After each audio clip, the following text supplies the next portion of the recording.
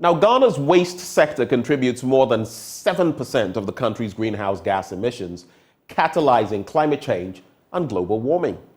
With the government hoping to drastically reduce the environmentally hazardous gases by 2030, researchers in the country have commenced a computational pilot study to convert the heaps of municipal organic waste into cleaner fuel alternatives, including green hydrogen.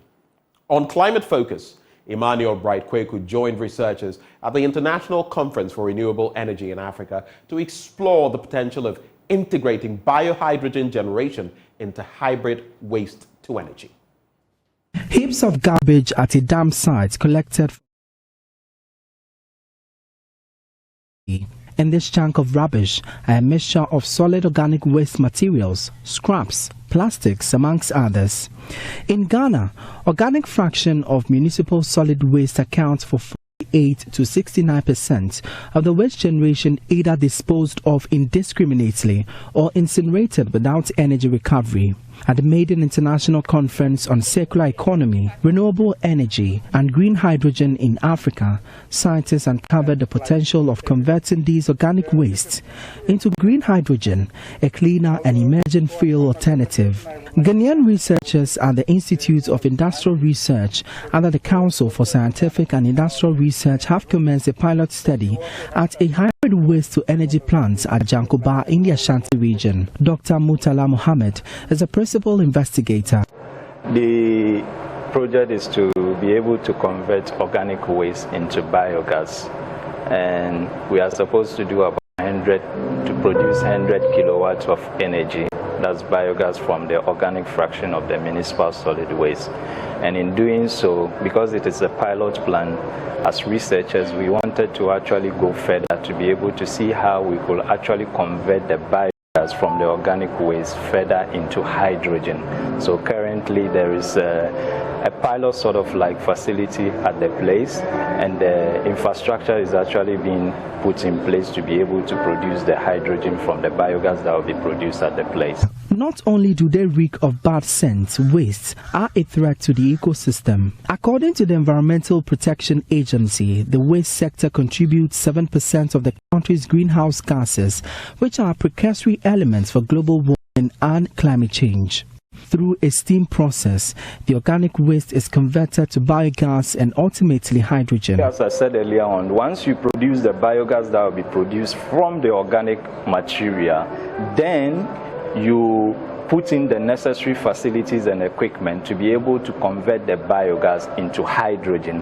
There are a lot of different technologies that is actually being used, but in this process we are actually looking at the steam methane reactor system to be able to convert the biogas into hydrogen. Alternatively, green hydrogen gas can be produced through electrolysis of water with oxygen as another byproduct. Research suggests that Africa has an untapped potential of producing 10 to 18 metric tons of hydrogen by the end of 2050.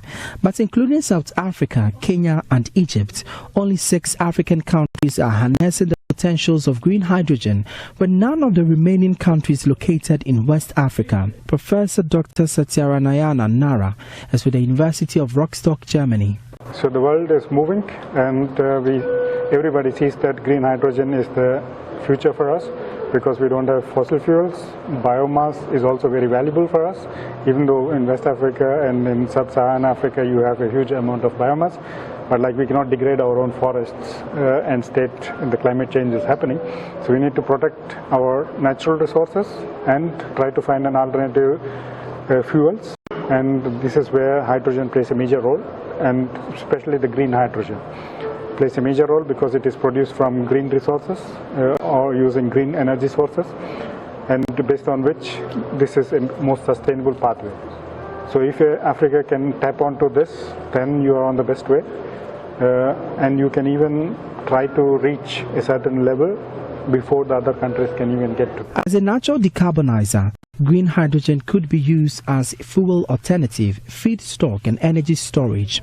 While the country races against time to harness waste to energy, an energy expert, Dr. Ayobami Solomon Oyewo, is cautioning against the environmental impact of methane gas leakages through the process. The methane leak is quite very injurious to the environment. So methane conversion directly for consumption is no-brainer. We'd rather have hydrogen, methanol, ammonia, and fish trough liquid fuel. So rather go for the important fuel, hydrogen, because hydrogen is the primary precursor or primary ingredient for ammonia that we need for the ship, methanol that we need also, and also for the chemical and even for direct consumption of ammonia in the industry. As scientists work to reduce production costs to less than $1.5, a policy framework on green hydrogen production for the West African sub-region is being constituted, pending implementation of actionable plans.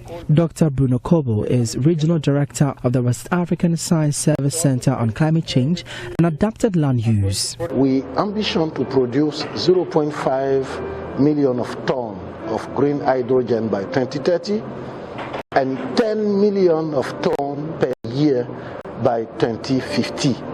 This is the policy. And now, this policy is adopted on 6th of July 2023, this year, just a few months ago.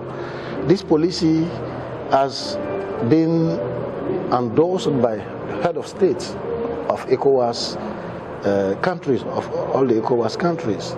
And this policy, it's clearly mentioned that the objective is to position the ECOWAS, the region, as one of the most competitive supplier of green hydrogen in the world. With the continent contributing less than 4% of emissions, but still bearing the brunt of climate change, an adoption of climate-resilient energy sources can mitigate the worsening impacts of the crisis. For Joy News, my name is Emmanuel Bright Kweku.